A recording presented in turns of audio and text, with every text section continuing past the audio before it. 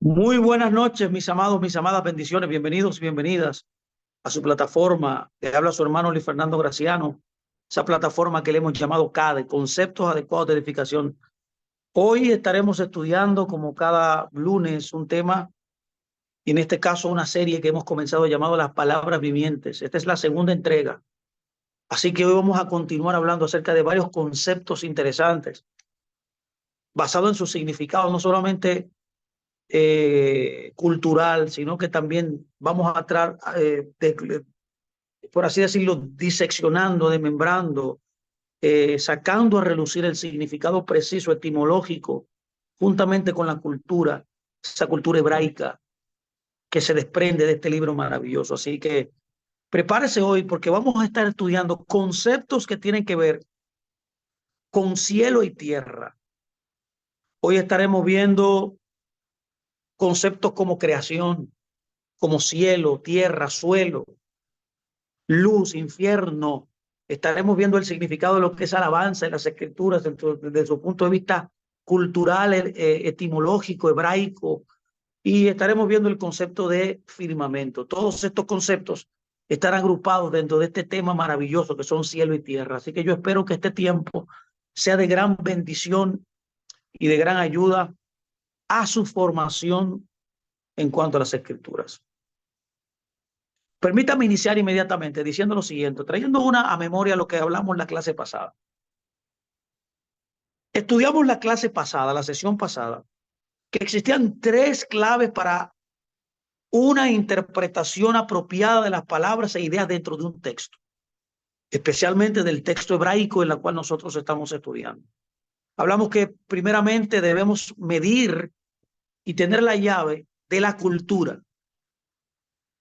Es importante entender que el idioma o un idioma, en este caso el idioma hebreo, el idioma griego también, con la cual se desprende la revelación de la palabra de Dios, está estrechamente ligado a la cultura de los oradores y escritores que escribieron y transmitieron este libro. Es por esa razón que no es lo mismo entender las escrituras basado en el idioma y la cultura con la cual se dio. Eso es lo primero. Número dos, hablamos que la segunda llave era la acción. Todo lo que la Biblia quiere describir es un concepto de acción. Es importante entender que nuestras lenguas modernas son el producto de un mundo greco-romano, eso lo sabemos ya, donde las palabras abstractas proliferan, mientras que el idioma hebreo, la cultura hebrea es una cultura concreta, una cultura o una idea abstracta, es una palabra, un pensamiento que no puede ser relacionado con los cinco sentidos, dígase el oído, la vista, el tacto, el olfato o el gusto. Sin embargo, cada palabra hebrea como contraparte está relacionada con una idea concreta. En otras palabras, una sustancia de acción. Y número tres, la tercera llave que abre el libro, que abre la Biblia para poder entenderla e interpretarla apropiadamente, mis amados, es el concepto de función. En el pensamiento hebreo, el pensamiento hebreo está ocupado y está preocupado, está revelado bajo un concepto de función. Todo lo que describe la Biblia no solamente tiene que ver con la cultura de los que escribieron este libro, no solamente es una función de la acción, sino que también es un objeto de acción, y tercero, tiene que ver también con la función de las cosas. En otras palabras, el pensamiento hebreo está preocupado por la función, mientras que el pensamiento griego, romano, está siempre preocupado por la apariencia. Bueno, tomamos un ejemplo de un lápiz la sesión pasada, ¿no se acuerda? Y yo preguntaba, ¿cómo usted describiría un lápiz? Un occidental inmediatamente describiría un lápiz de la siguiente manera. Es largo y amarillo con un extremo puntiagudo. Mientras que un hebreo, si describiría un lápiz, diría lo siguiente.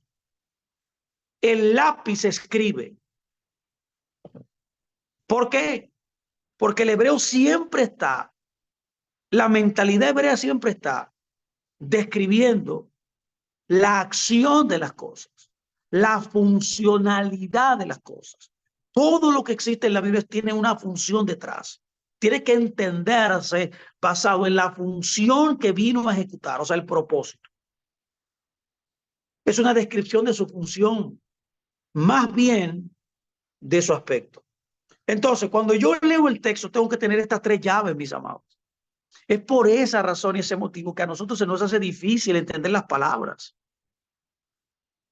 Es por eso que a nosotros se nos hace cuesta arriba muchas veces poder acceder al conocimiento genuino que expresa el texto. Con esto en mente, quiero comenzar estos conceptos de hoy, estos conceptos que de hoy vamos a hablar, que comenzamos ahora mismo, que son los conceptos en la Biblia de cielo y tierra. La clase pasada hablamos de los conceptos relacionados con Dios y el Creador. Hoy estaremos observando algunos conceptos en este grupo de familia que se llama cielo y tierra. Todas estas palabras, estos conceptos que voy a describir hoy, en su contexto cultural, en su forma de acción, en su forma de función, tiene que ver nada más y nada menos que con cielo. La primera palabra que quiero traer a su consideración, mis amados, es el concepto de creación. Así que yo quiero desafiarlo a usted para que usted se enamore de este libro y de estos conceptos que la Biblia entiende. Ahora, tiene que sacar todos los conceptos que usted tiene del pasado, de lo que le enseñaron, para poder acceder a estos conocimientos que cobra vida cuando ya usted puede abordar con estas tres llaves que van a abrir la puerta de la revelación y del conocimiento adecuado de las Escrituras. Observemos el concepto creación. Cuando vamos al primer verso de las Escrituras, que es por primera vez donde sale este concepto, vemos que comienza, según la mayoría de las traducciones modernas, de la forma siguiente. En el principio creó Elohim. De acuerdo a la mayoría de los teólogos, la palabra crear se entiende que significa hacer algo de la nada. Cuando observamos esta definición, notamos que es un concepto abstracto, sin fundamento concreto, y por lo tanto no es un concepto hebreo. Para descubrir el significado original, que es lo que quiero traer hoy, de la palabra detrás de la palabra español, de la traducción español, de creación, tendremos que echar un vistazo de cerca a la palabra hebrea bará, que es la palabra Strong 1254. Esta es la palabra detrás en el español de la palabra crear, bará. Cuando vamos a también y vemos Génesis 2:7, ahí se nos dice que lo informó al hombre. Es interesante ver que Dios no solamente creó al hombre, lo formó también, pero no solamente lo creó, no solamente lo formó, dice la Escritura que lo hizo. Cuando yo estudio estos conceptos del hombre, puedo ver que dentro de todo lo que Dios hizo, todo lo que Dios hizo al hombre o del hombre usó tres verbos distintos: crear, formar y hacer. No es lo que quiero hoy mostrar, pero es interesante que usted entienda esto. Ahora, enfoquémonos hoy en lo que dice Génesis 2:7, cuando dice que lo informó al hombre. La palabra hebrea traducida como formó es un verbo que en hebreo es la palabra 3335 en el diccionario Strong, y es la palabra yatzar. Y se entiende mejor como el proceso de prensado de la arcilla para formar un objeto como una figura. Note bien qué es. Note bien que la descripción que yo estoy dando es una palabra de acción. Es el proceso de prensado de la arcilla para formar un objeto como una figura. Es por esa razón que inmediatamente podemos ver claramente que de este versículo que el hombre fue hecho a partir de algo. Sin embargo, en Génesis 1:27 leemos, según la mayoría de las traducciones, Elohim creó al hombre. Y como hemos descubierto, el hombre está hecho a partir de algo. Por lo tanto, el concepto y el entendimiento de que crear es algo de la nada no tiene validez en las escrituras. Por lo tanto, la palabra crear en Génesis 1:1 y en Génesis 1:27 no puede significar hacer algo de la nada. Si la palabra entonces bara no significa hacer algo de la nada, o sea, crear como mucha gente piensa, entonces preguntamos ahora y ahora vamos a entrar en el significado hebraico de este concepto. Tenemos que hacer la pregunta, ¿qué significa? Al examinar otros pasajes en los que aparece esta palabra, podemos empezar a descubrir su verdadero significado. Y esto es una buena práctica. Yo le aconsejo a usted para que usted pueda entrar en un estudio hebreo de las palabras que pueda estar usted haciendo para poder descubrir el verdadero significado. ¿Cómo yo puedo descubrir el verdadero significado de una palabra? Bueno, buscando todas las veces que aparece. Cuando yo busco todas las veces que aparece, por ejemplo, la palabra bara ocurre 52 veces en las escrituras.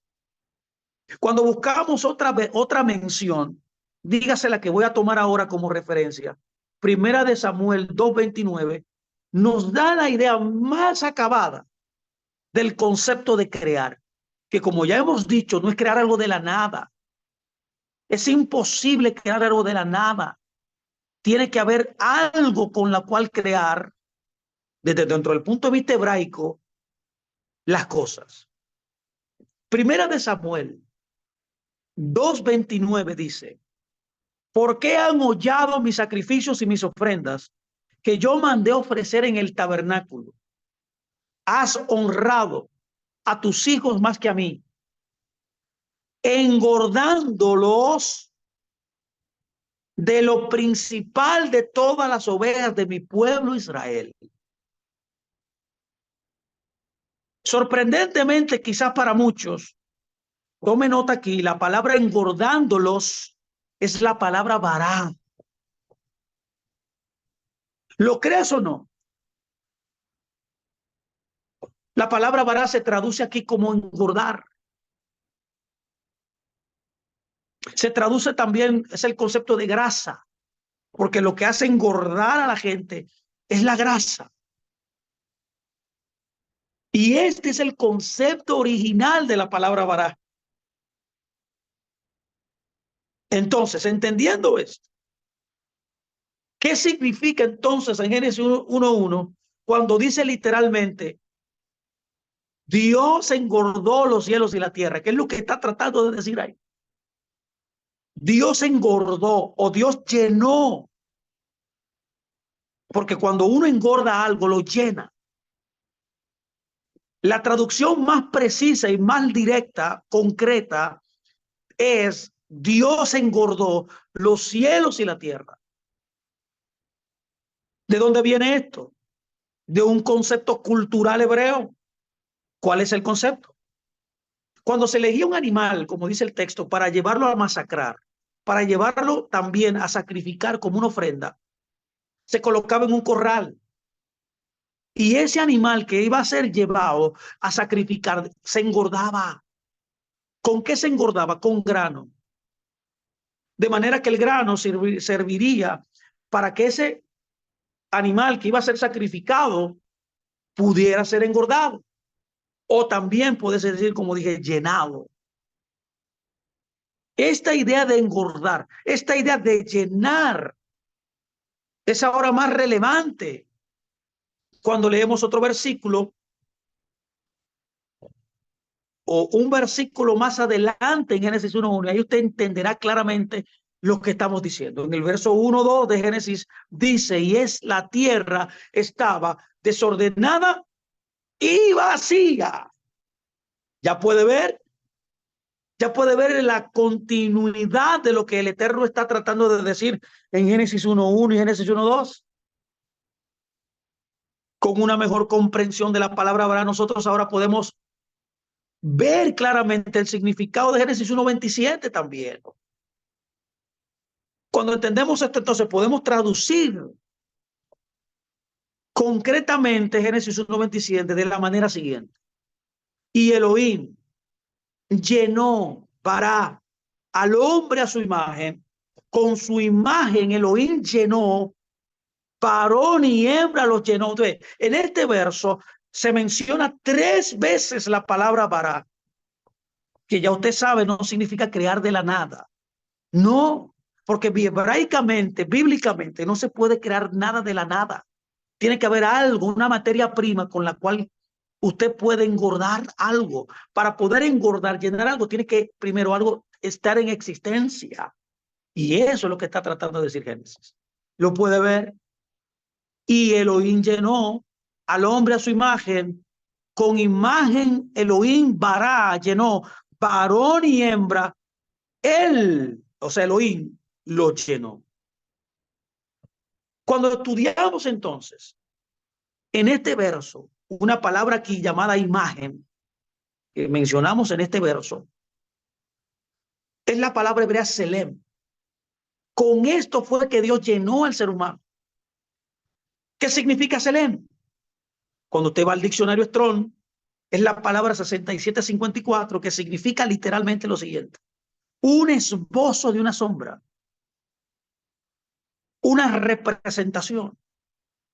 Significa también imagen del original. Una vez entonces que Elohim formó al hombre, o sea, lo llenó de una representación de sí mismo. Eso es lo que está tratando de decir Génesis. Y de acuerdo a este versículo, su imagen es masculina y femenina. Y aquí hay un dilema también para mucha gente que comienza a hablar especulaciones y decir que Dios es un hombre, que Dios es una mujer. Y se han desviado del entendimiento hebraico práctico, funcional y cultural de lo que Dios está tratando de decir. Al obviar las 3 llaves, la cultura, la acción, y la acción, pierden el sentido de lo que significa llenar al ser humano de el zelem de Dios, que es masculino y femenino. Ahora bien, ¿qué significa esto realmente entonces? Usted entonces podrá decir, y quizás se puede sentir cómodo, porque está acostumbrado a oír esto, de que Dios es Él. Mencionar como que Dios es Él, solamente masculino y no mujer. Pero si yo le digo a usted que hay parte en Dios que es mujer también. Ahora, ¿en qué sentido? No en apariencia, porque ahí es que está el detalle de la gente que piensa como un griego, que enfoca todo basado en la apariencia. Nosotros como hebraicos no debemos hacer eso, sino que debemos enfocar todo lo que la Biblia revela basado en la función. Aquí no está hablando de esencia, aquí no está hablando de apariencia. Cuando nosotros decimos que la imagen de Dios es tanto masculina como femenina, nos referimos a la función. ¿Cuánto se acuerda de la sesión pasada que describimos el concepto hebraico del Shaddai, que es un concepto femenino de la divinidad? Y ahí podemos entonces tener claridad de entendimiento, no pensando en la apariencia, sino pensando en la función. Dios no tiene una apariencia porque Dios es espíritu. Cada vez que Él describe algo, está describiendo un objeto de funcionamiento, de acción, de propósito. Esta es la primera palabra que quería comunicar con ustedes. Interesante crear, ¿eh? Permítame introducir ahora la segunda palabra de familia que está relacionada a cielo y tierra también, es el concepto de cielo. Póngame mucha atención, por favor, porque esto lo va a desafiar. Ya lo estamos desafiando con la palabra crear, ¿eh? Porque no significa, como usted vio, crear algo de la nada. No, esto es un concepto católico. Dios creó desde la base de algo y lo llenó. Eso es lo que está diciendo. Dios llenó. ¿Por qué llenó? Porque estaba vacío. ¿Por qué? Porque estar vacío, estar desordenado y vacío, como dice la Biblia en el principio, era que la creación no tenía propósito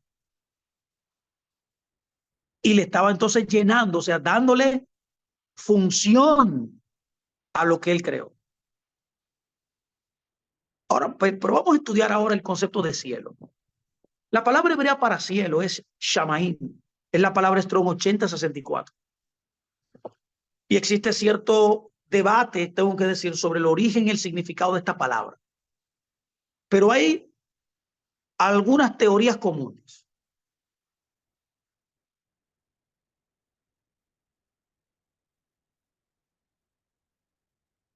La primera teoría en cuanto al cielo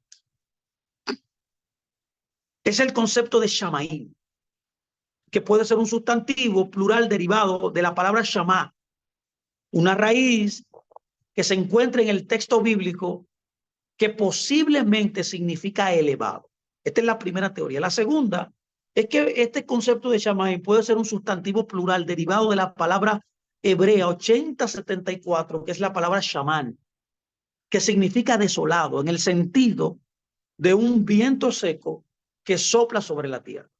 El tercer concepto relacionado o teoría en cuanto a este concepto en las escrituras es el concepto de Maín. Es la palabra hebrea 4325 que significa agua, con un prefijo, con una shin que significa como.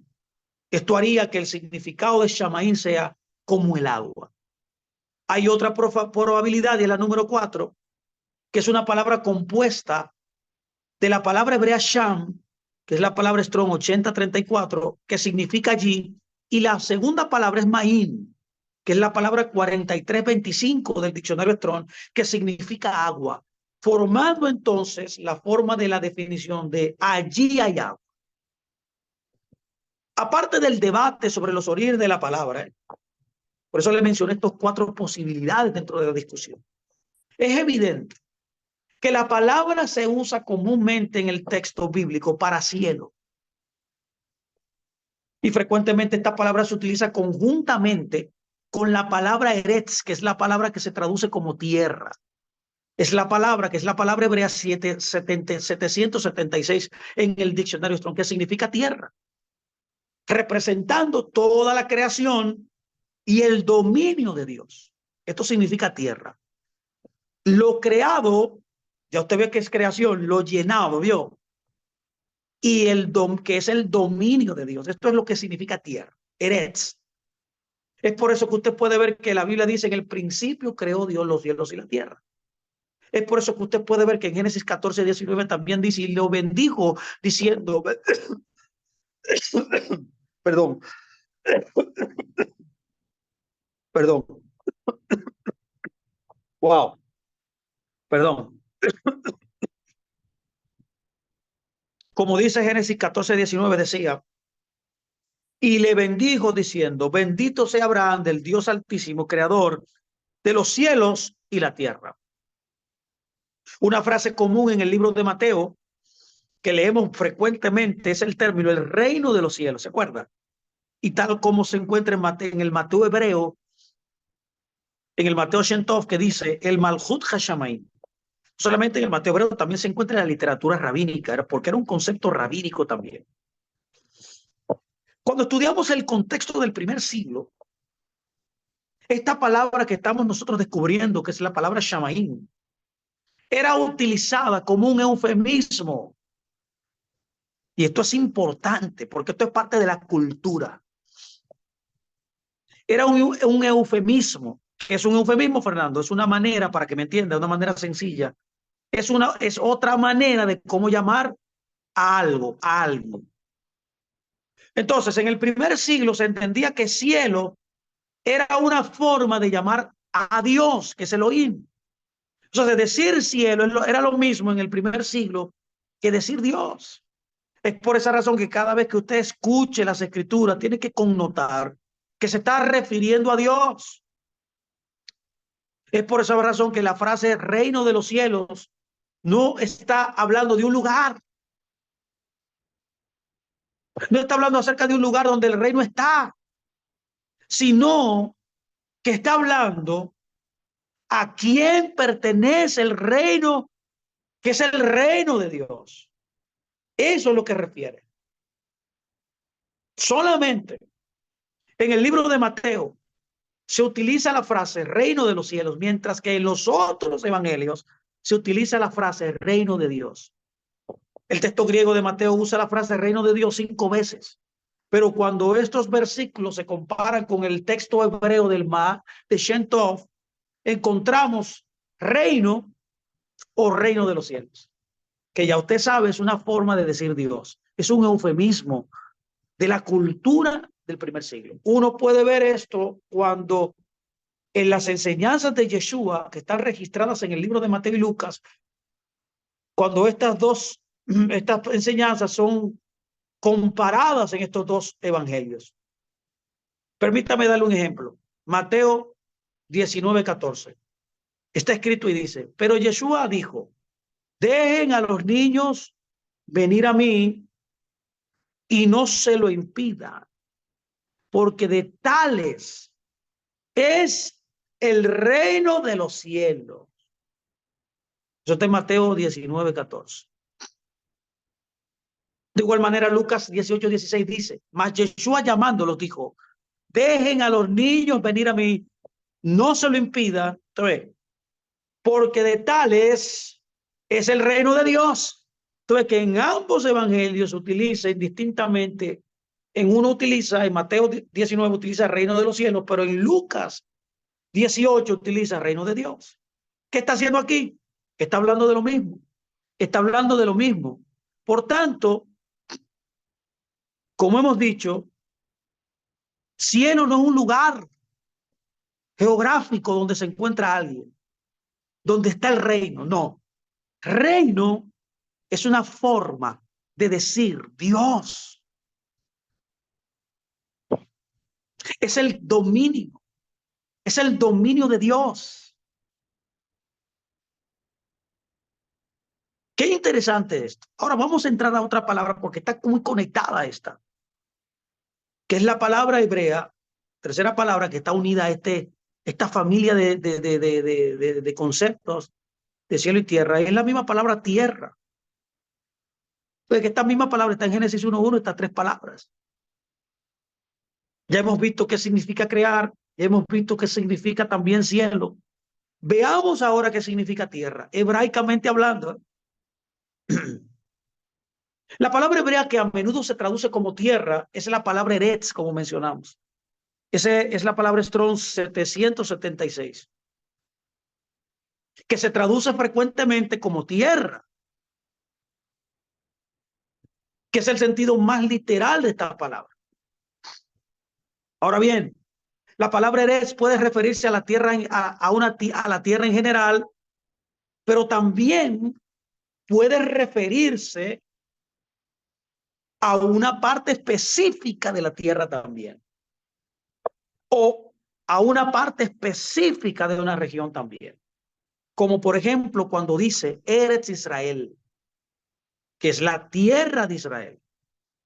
Muchas veces en los evangelios y en el Nuevo Testamento se refiere a esta parte, no a la totalidad de la tierra, sino que se refiere a una parte, a una porción, a una parte específica o a una región. Esta palabra es interesante, que viene de una raíz llamada ratz, que es la palabra Strong 7518, que significa fragmento. ¿De dónde viene esto? También viene de un concepto cultural, mis amados. Todo en la Biblia tiene que ver de la cultura del primer siglo.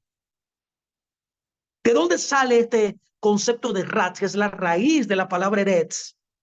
Bueno, cuando una olla de barro se rompía, en la cultura de la Biblia no se desperdiciaba. No es como ahora, en el siglo XXI, que cuando se rompe un vaso, se rompe cualquier envase, ya sea de plástico, ya sea de cristal, que uno hace, lo desecha.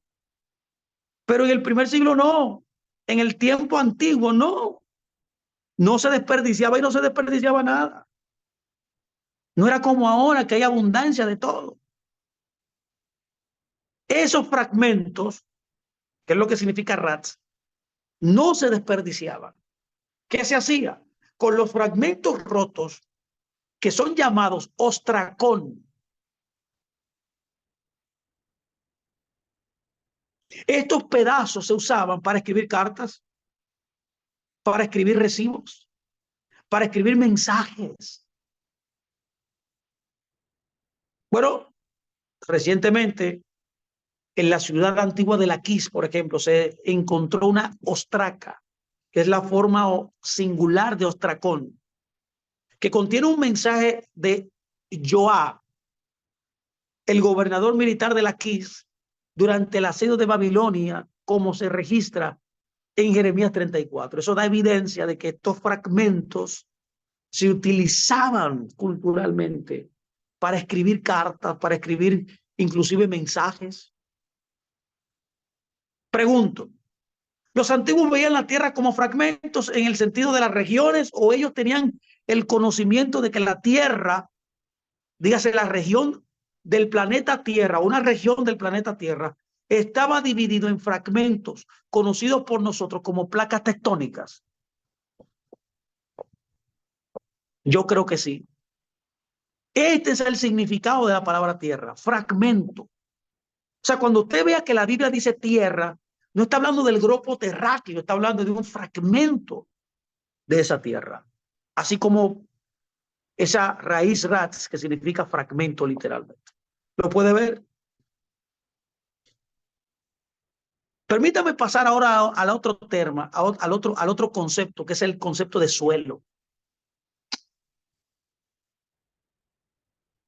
En la Biblia existe una palabra hebrea diferente para terreno o suelo de la tierra. Entonces, ya vimos eretz, fragmento. Pero veamos ahora el concepto de suelo o de terreno en las escrituras. Cuando vamos a las escrituras, especialmente en Génesis 2:7, notamos que dice, y el eterno Elohim formó al hombre del polvo. Póngame mucha atención, por favor. La palabra polvo aquí es la misma palabra de suelo, de terreno. Póngame atención, es la palabra hebrea Adamá. Esta es la palabra detrás de la palabra suelo en las escrituras. Adamá es la palabra Strong 127.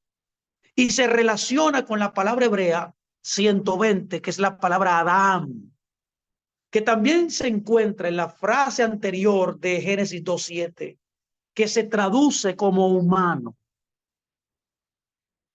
Es por esa razón que los autores hebreos amaron utilizar, o sea, prefirieron utilizar las palabras que suenan similar juntas. Esto es clásico del idioma hebreo, que utiliza un juego de palabras cada vez que se refiere a varios conceptos. Tal como se ve en Génesis 4:10. Voy a traer este ejemplo para que usted me siga. Mire qué dice Génesis 4:10. Dice, y él le dijo, ¿qué has hecho? La voz de la sangre. Usa la palabra ahí sangre. Note la palabra sangre, que es la palabra Dan. Usted ve que la palabra Adamá, suelo, la palabra Dam, viene de la palabra Dan. Veo cómo el juego de palabras. Pero el juego viene ahora cuando dice, y tu hermano clama a mí desde la tierra. La palabra que utiliza aquí para suelo, tierra, es la palabra Adamá. A lo largo del texto hebreo del Antiguo Testamento, es frecuente ver este juego de palabras que es muy recurrente en el idioma hebreo. Es por esa razón que los eruditos han entendido que el Nuevo Testamento, mis amados, fue escrito en hebreo, no en otro idioma. Porque dentro del Nuevo Testamento existen este juego de palabras que solamente, únicamente, exclusivamente se da en el hebreo. Por tanto, permítame dar un ejemplo. En el Nuevo Testamento, y se encuentra en el libro de Mateo 3:9, cuando dice, Elohim puede levantar hijos a Abraham aún de estas piedras. La palabra hijos y la palabra piedra están dentro de la misma familia de palabras. La palabra griega para piedras en este pasaje es la palabra litón en el diccionario Strong, griego 3037. Y la palabra para hijos aquí es la palabra griega Strong 5043, que es la palabra tekna. Sin embargo, si usted lo lee así, en una traducción o en el griego, no puede entender que esto es hebreo, pero cuando uno reconstruye el texto, bueno, ya hay evidencia de hebreos, de Mateos ya hebreos como el Shentov, podemos ver este juego de palabras ahí. Cuando usted lo lleva al hebreo, la palabra piedras es la palabra hebrea 68, es la palabra evenim. Y también la palabra hijos es la palabra 1121, que es la palabra benim. Usted ve que tienen las mismas palabras, evenim y benim. La única diferencia es una sola letra. Lo que nos da la idea y nos da el entendimiento del concepto o del juego de palabras y la evidencia de que Mateo originalmente fue escrito en hebreo. Ya pudo entender el concepto de Adama, puede entender el concepto de Dam, puede entender el concepto de Adán. Adama literalmente significa suelo, polvo, que es parte del Eretz. ¿Vio? Cómo el suelo es parte del fragmento, la región de tierra que es Eretz. Pero permítame dar otra palabra. Vamos a profundizar, vamos a ir a continuar avanzando más en este grupo de palabras. Es la palabra luz. Es interesante que en Génesis 1:3 Dios utiliza este concepto, el concepto de luz, que por primera vez aparece en las Escrituras. La Biblia dice que en el principio había oscuridad y caos. Usted ya entendimos que Dios le dio, llenó, lo creó la tierra y el cielo que estaba vacía. La llena con crear y llenar. Ahora bien, dice que en el principio había oscuridad y caos, por lo que el primer acto de Dios era arrojar algo de luz sobre el tema para lograr un poco de orden. Al haber caos, al haber oscuridad, lo primero entonces en la mente del creador era traer orden, traer luz.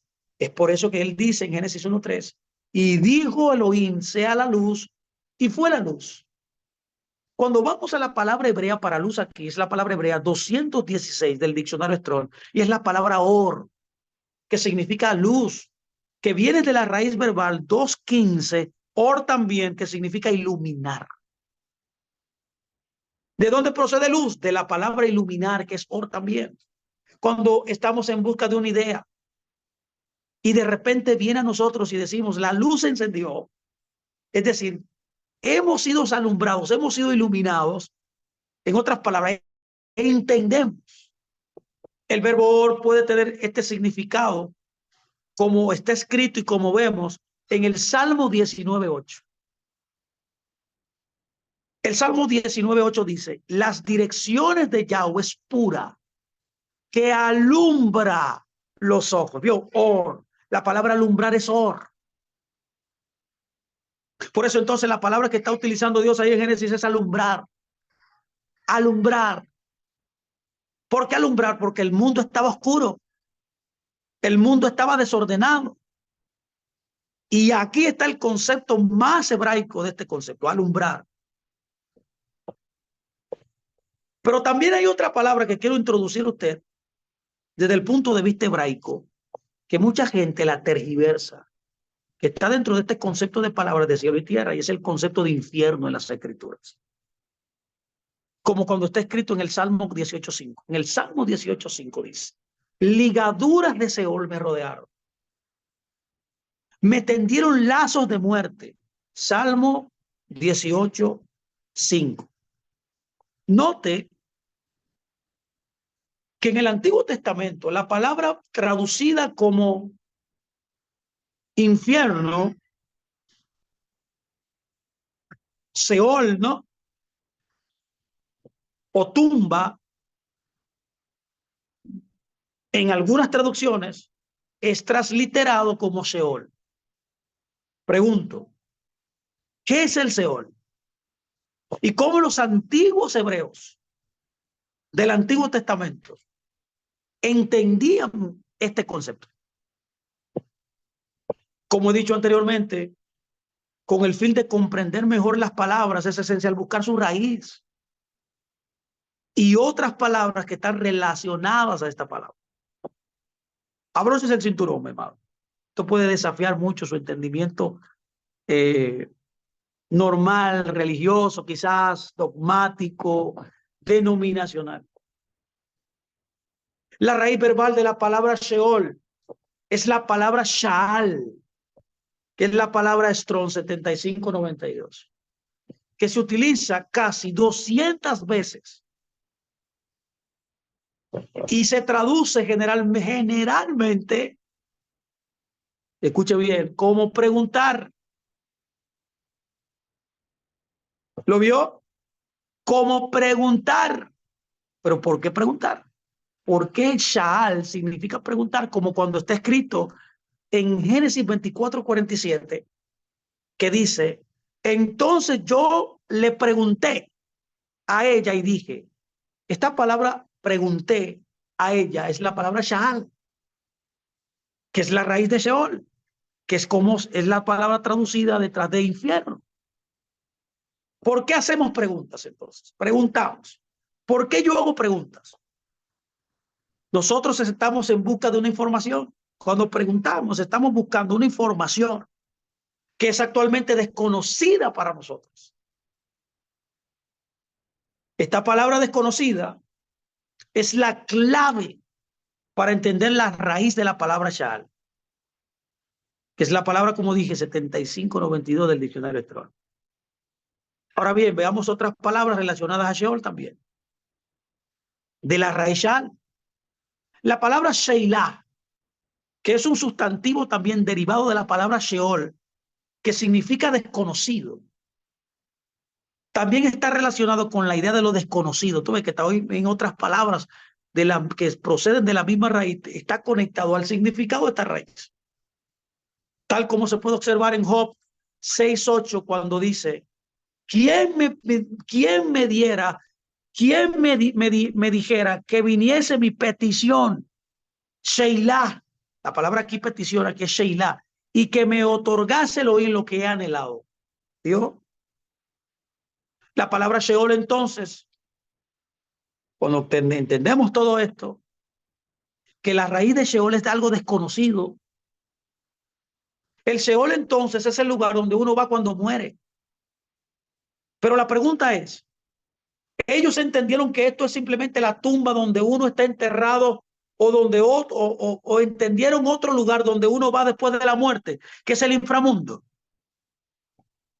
Y esto es una pregunta difícil de responder porque la religiosidad ha llenado a la gente de Dios, del pueblo de Dios, a no entender la Biblia de una manera concreta.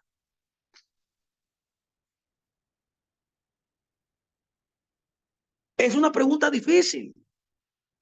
No porque la Biblia no diga, no porque la Biblia no te diga lo que es, sino por la religiosidad y los sistemas religiosos que han desviado el entendimiento bíblico revelado.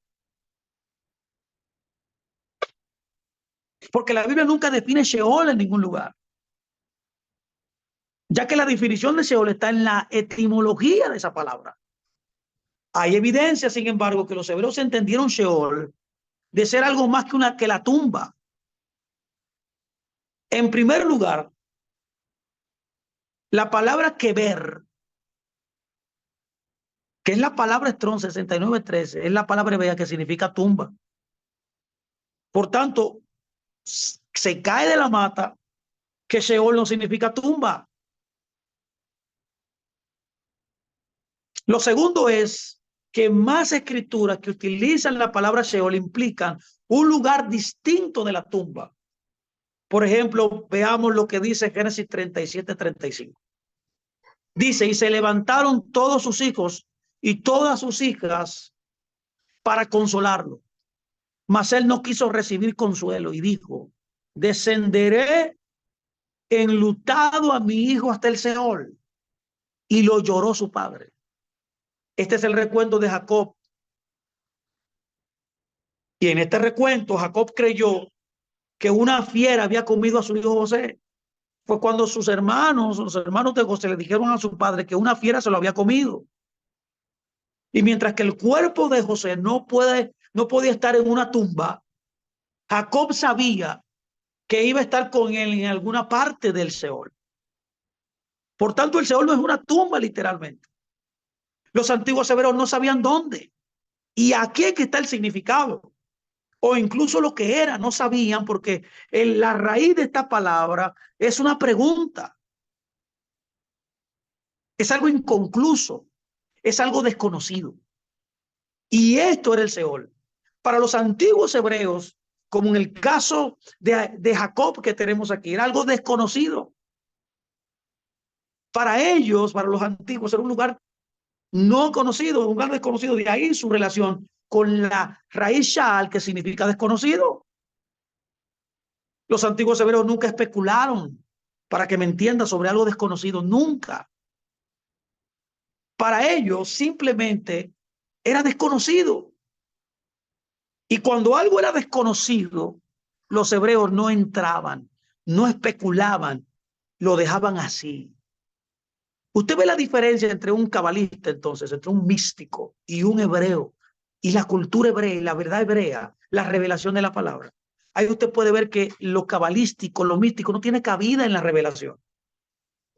Porque cuando algún hebreo desconocía algo, no indagaba, lo dejaba así, en este caso específico del concepto Sheol. Pero alguien con una mentalidad griega como nosotros, que nos criamos en el occidente, es distinto. Alguien de la mentalidad griega siempre desea conocer lo desconocido. Y al querer conocer lo desconocido,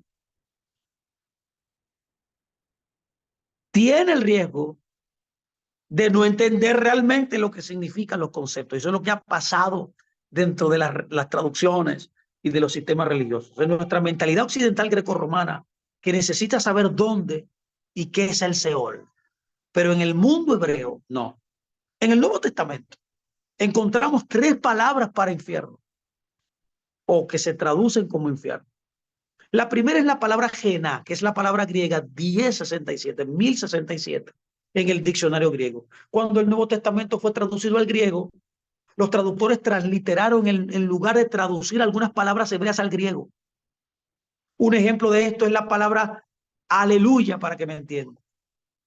Una palabra que se encuentra entre tantas veces en el Apocalipsis capítulo 19, es una transliteración de la palabra hebrea aleluya. Es una palabra, es una palabra compuesta de la palabra hebrea alel y la palabra hebrea ya, que son las palabras 1940 y la palabra 3050 en el diccionario hebreo. La palabra alelú significa alaba ya. La palabra compuesta aleluya significa alaba allá, que es un diminutivo o en la abreviatura del nombre del tetragramatón. La palabra griega gená también es una transliteración de 2 palabras hebreas. Ge es la palabra hebrea 1516 del diccionario Strong, que significa valle, y la palabra hebrea Inón es la palabra 2011, que es un topónimo, que es un nombre de un lugar, de un significado incierto. Gainón literalmente entonces significa valle de Inón, que es el nombre de un valle que estaba fuera de Jerusalén. En los días de Yeshua, el valle de Inón quemaba continuamente los incendios que consumieron la basura y los animales muertos arrojados allí por los habitantes de la ciudad. Está escrito en el libro de Marcos 9:43 lo siguiente de este lugar. Dice, si tu mano te fuera ocasión de caer, córtala. Mejor es entrar en la vida manco que teniendo dos manos ir al infierno. La palabra que utiliza aquí es gená. Y ahí continúa diciendo, al fuego que no se puede apagar. La idea de un fuego siendo asociado con Sheol es único del Nuevo Testamento. No, en ningún lugar en las escrituras hebreas aparece este concepto. No hay ninguna ocasión en el Antiguo Testamento que que este concepto de fuego relacionado con Sheol se aparezca. Aparentemente, el fuego del infierno que vemos aquí, que no será apagado, es un concepto introducido, foráneo de la cultura hebrea, de una fuente externa, posiblemente mientras Israel estaba en Babilonia durante su cautiverio. Esta es la primera palabra. ¿Cuál es la segunda palabra que se utiliza para infierno en el Nuevo Testamento? La segunda palabra que se traduce como infierno en el Nuevo Testamento es la palabra Hades. Es la palabra griega 86. Esta es la palabra griega que se usa en la Septuaginta griega por la palabra hebrea Sheol.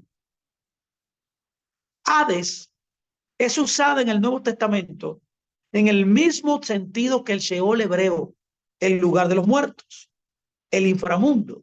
Sin embargo, en el Nuevo Testamento, la palabra Hades o Sheol es primero descrito como un lugar de tormento. Está escrito, para que me entiendan, en Lucas 16:23, dice, y en el infierno, aquí Hades usa, él alzó sus ojos estando en tormentos, y vio de lejos a Abraham y a Lázaro en su seno.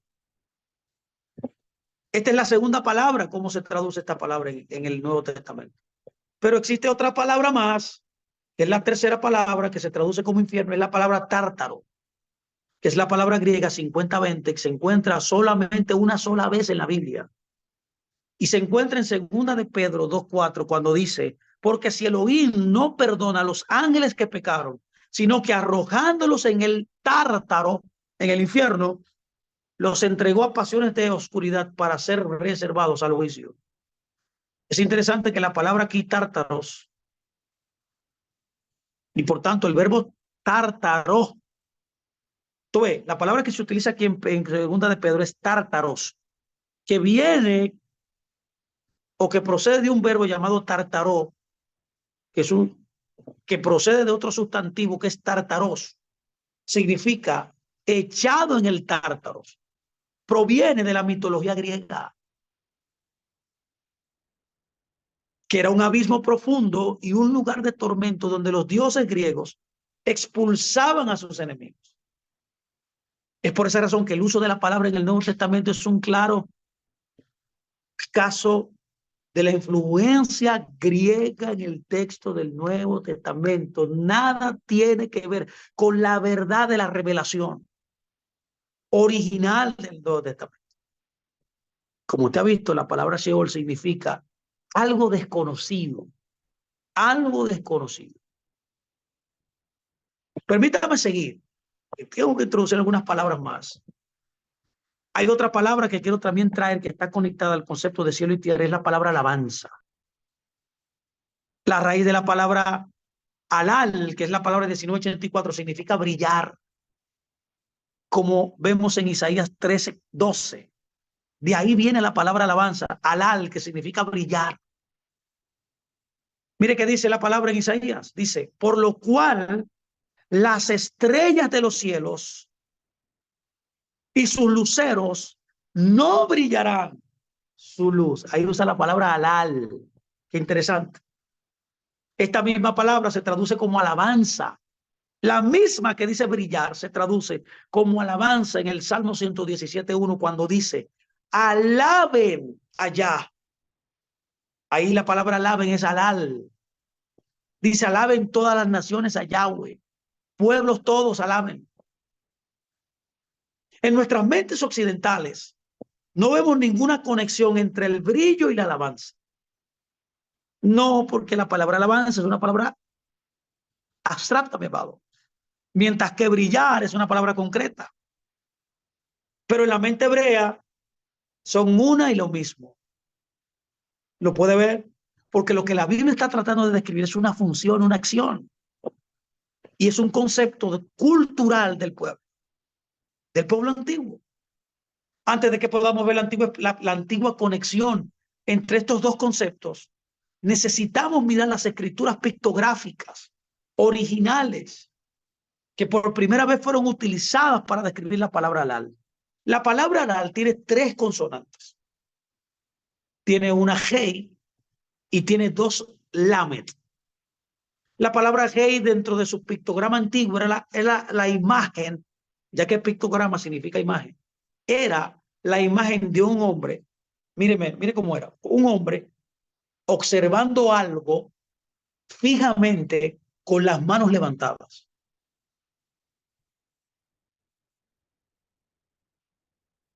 Esta palabra se deriva de la raíz, o sea, la palabra halal que estamos describiendo, que significa alabanza, que significa también brillar, que vamos a entrar ahora en la definición de esto más profundo, de la conexión, porque es la misma cosa. Ahora bien, esta palabra viene de la raíz halal, hal, que es una G y una lamet, mientras que halal tiene una G y dos lamet. Vio, la raíz comprende de una G que significa un hombre con las manos levantadas mirando algo fijamente,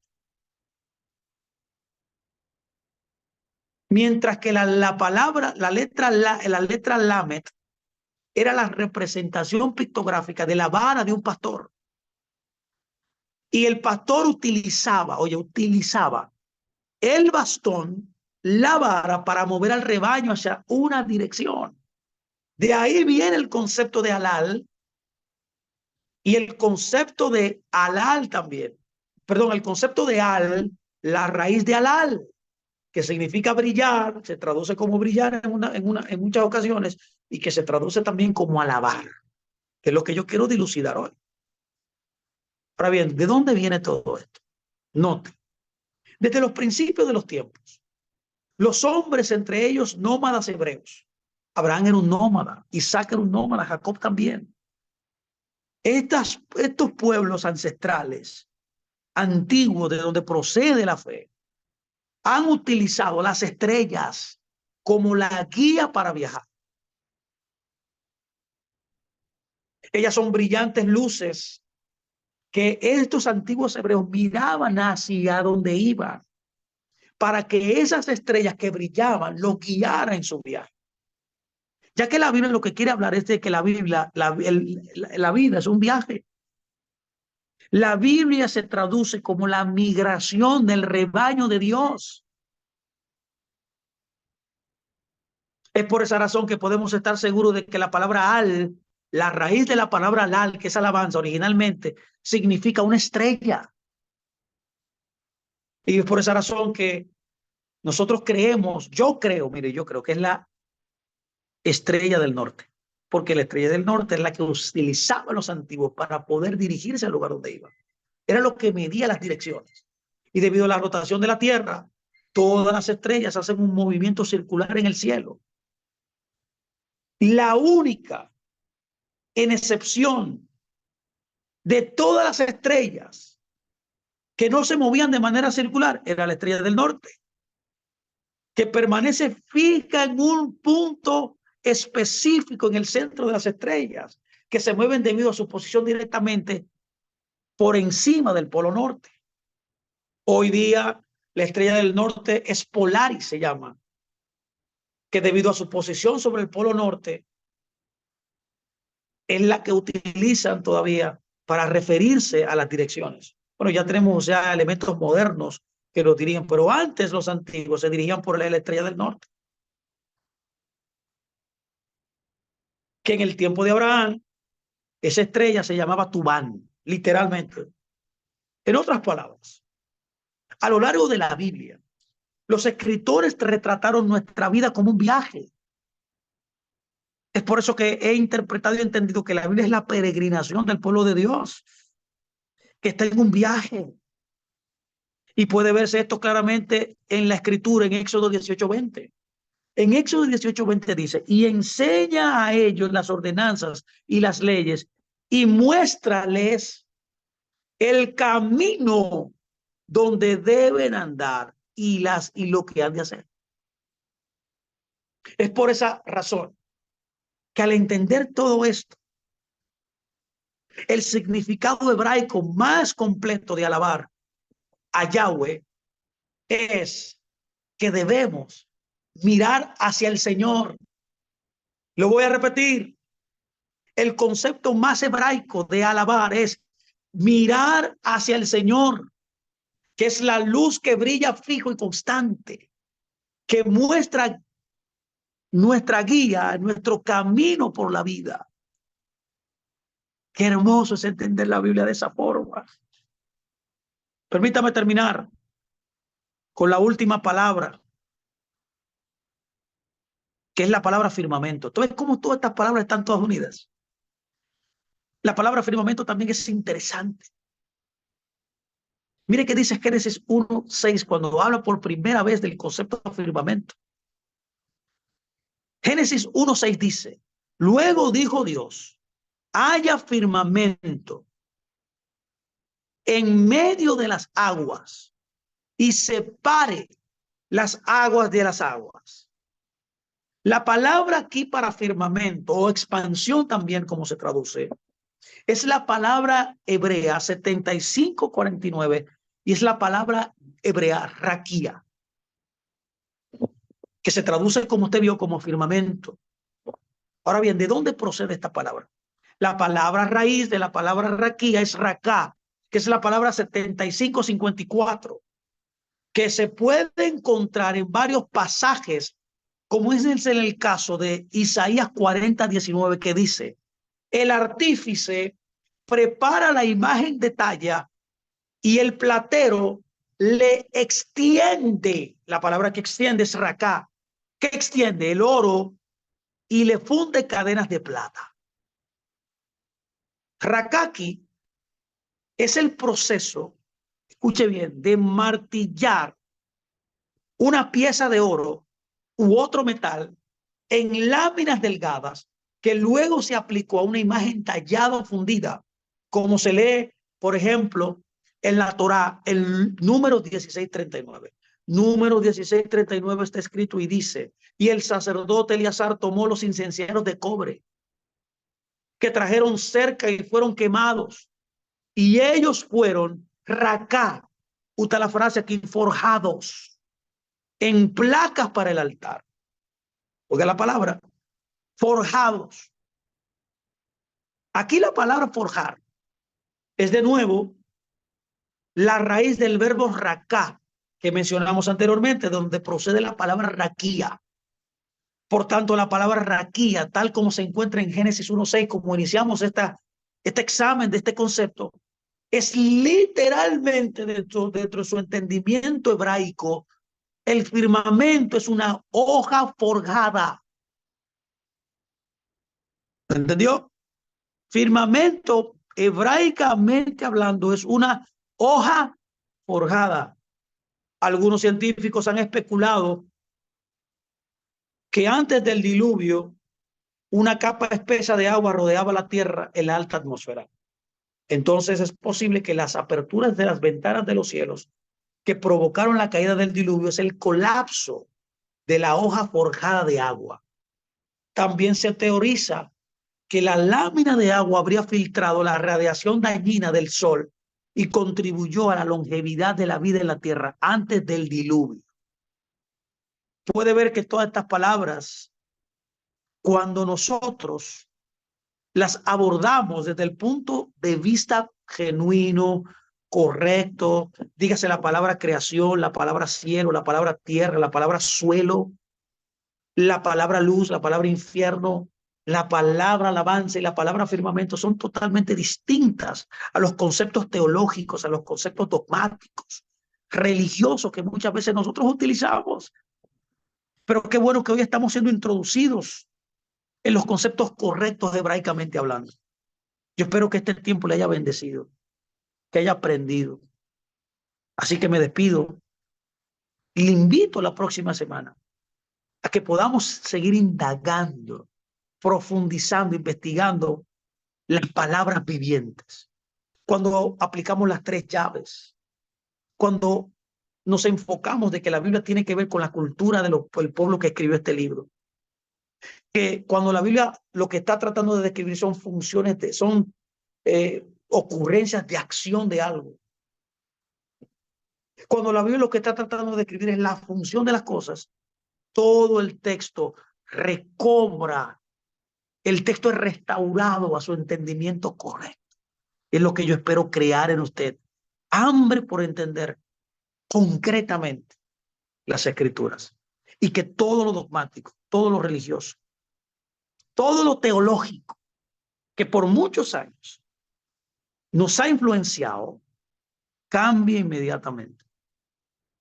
Que el Eterno bendiga sus almas, que les conceda sabiduría y que les conceda gracia y bendición.